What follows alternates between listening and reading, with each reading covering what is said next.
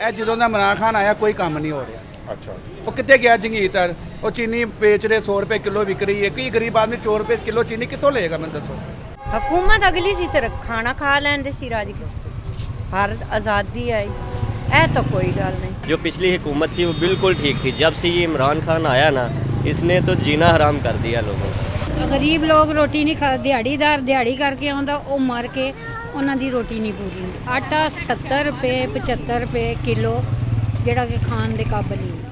जो चीज़ें महंगी हो रही हैं वो हमारे वज़ीर आज़म साहब कहते हैं कि मुझे पता नहीं लगता, मुझे पता नहीं चलता कि चीज़ें कैसे महंगी होगी। मुझे तो सुबह पता चलता है जब चीज़ें महंगी हो जाती हैं ना, सुबह मुझे ख्वाब आता है कि ये चीज़ें महंगी हो गई हैं। तो इन्होंने क्या इस पे काबू पाना है? बहुत मुश्किल। ओके, इतनी महंगाई होगी, जब गरीब बंदा रोटी नहीं खा सकता तो उसने सड़क पे ही आना है। तो भूखा मरने से घर में बेहतर है कि वो सड़कों पे निकले। ਤੁਹਾਡਾ ਕੀ ਖਿਆਲ ਹੈ ਕਿ ਮਰੀਮ ਨਵਾਜ਼ ਪਾਕਿਸਤਾਨ ਨੂੰ ਕੱਢ ਸਕਦੀ ਹੈ ਨਾ ਮੁਸ਼ਕਿਲ ਹਾਲਾਤ? इंशाल्लाह इंशाल्लाह। ਤੁਹਾਡੇ ਖਿਆਲ 'ਚ ਮਰੀਮ ਨਵਾਜ਼ ਆਵਾਮ ਨੂੰ ਸੰਭਾਲ ਸਕਦੇ ਨੇ? ਹਾਂ ਕਿਉਂ? ਸੰਭਾਲ ਸਕਦੇ ਕਿਉਂਕਿ ਉਹਨਾਂ ਦੇ ਪਿਓ ਦਾਦੇ ਸੰਭਾਲ ਸਕਦੇ ਸਨ ਤੋਂ नहीं संभाल सकते। मरियम नवाज अगर सड़कों पर आती हैं आवाम को लीड करने जी। के लिए, आप मरियम नवाज का साथ देंगी? मैं ज़रूर दूंगी उनका साथ। आपके ख्याल में मरियम नवाज मसाइल से निकाल सकती हैं आवाम को?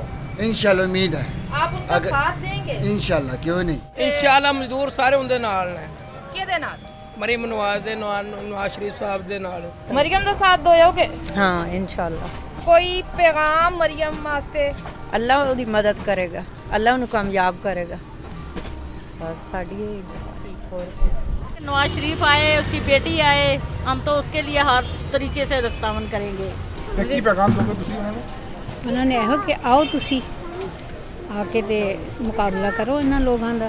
आपके ख्याल में मरियम नवाज आकर लोगों के मसाइल हल कर सकती हैं? हमें पक्का यकीन है।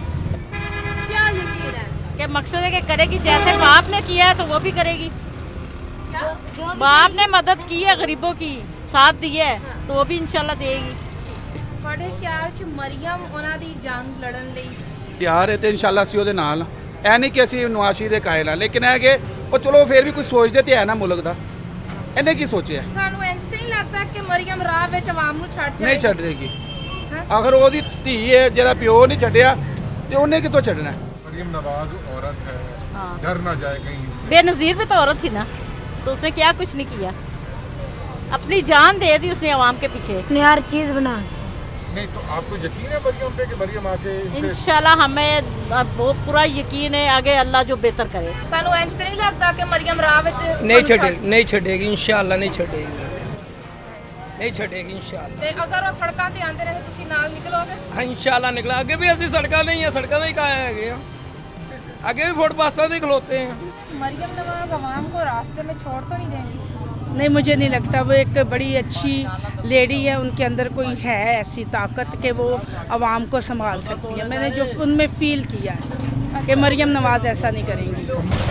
नहीं तो मरियम नवाज अगर आपको बुलाती है सड़कों पे? जी जी, हम ज़रूर जाएंगे उनके पीछे। ठीक है, ये उनका ही बना हुआ है, ये नवाज शरीफ, मियाँ नवाज शरीफ का सब कुछ बना हुआ है। गरीब बंदे ਨੂੰ ਜਲੀਲ ਕਰ ਬੈਠੇ ਨੇ ਦੁਨੀਆ।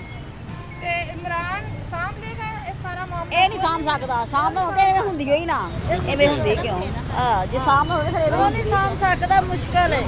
ਇਹ ਨਵਾਜ਼ ਸ਼ਰੀਫ ਸੀ ਜਿਹੜਾ ਸਾਂਭ ਸਕਦਾ ਸੀ, ਜਾਂ ਬੇਨਜ਼ੀਰ ਸਾਂਭ ਸਕਦੀ ਸੀ। ਫਿਲਹਾਲ ਉਹ ਨਹੀਂ ਸਾਂਭ ਸਕਦਾ। ਉਹ ਚਾਹੀਦਾ, ਉਹਨੂੰ ਚਾਹੀਦਾ ਘਰ ਹੀ ਚਲਾ ਜਾਏ। ਹਾਂ, ਗਰੀਬਾਂ ਦਾ ਉਹਨੇ ਢਿੱਡ ਧੋਤਾ ਹੈ। ਕੀ ਕੀਤਾ ਸੀ ਗਰੀਬਾਂ ਵਾਸਤੇ? ਕੁਛ ਕੀਤਾ ਸੀ? ਇੱਕ ਗੱਲ, ਜਿਹੜਾ ਬੰਦਾ ਸ਼ਾਮ ਨੂੰ 200 ਕਮਾ ਕੇ ਖੜੇ ਤਾਂ ਬੱਚਿਆਂ ਨੂੰ ਕੀ ਖਿਲਾਏਗਾ ਤੇ ਗਾਂ ਕੀ ਕਰੇਗਾ? ਇਹ ਉਹਨੂੰ ਆਪਣੇ ਆਪ ਆਉਣੀ ਚਾਹੀਦੀ। ਮੈਂ ਆਪਣੇ ਗਰੀਬਾਂ ਭੈਣ ਭਰਾਵਾਂ ਦੀ ਸੋਚ ਘੱਟ ਕਰੇ, ਫਿਲਹਾਲ ਉਹ ਸੋਚ ਨਹੀਂ ਸਕਦਾ। ਉਹਨੇ ਆਪਣੇ ਢਿੱਡ ਤੇ ਹੱਥ ਮਾਰਿਆ। ਆਟਾ 2000 ਇੱਥੇ ਲੜਿਆ ਹੁਣ, ਜਿਨ੍ਹਾਂ ਨੇ ਪਿੱਛੋਂ ਲਿਆ ਕੇ ਨੇ ਤੁਹਾਨੂੰ ਦੇਣਾ। ਆਟਾ ਕਿਸੇ ਗਰੀਬ ਨੇ ਕੀ ਖਾ ਲੈਣਾ? ਤੇ ਮਰੀਮ ਨਵਾਜ਼ ਕੁਝ ਕਰ ਸਕਣਗੇ ਤੁਹਾਡੇ ਲਈ?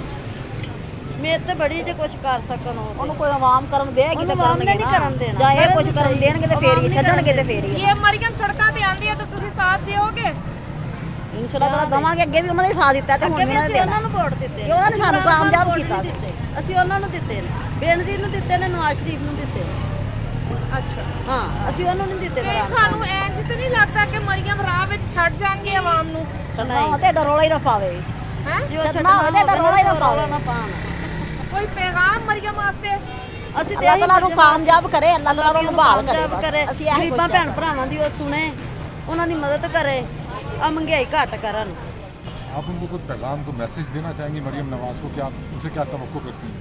मैं मरियम नवाज से ये तवक्ल करती हूँ कि जब वो अपने इक़्तिदार में आए सबसे पहले वो गरीबों का एहसास करे और ये इस महंगाई को कम करे।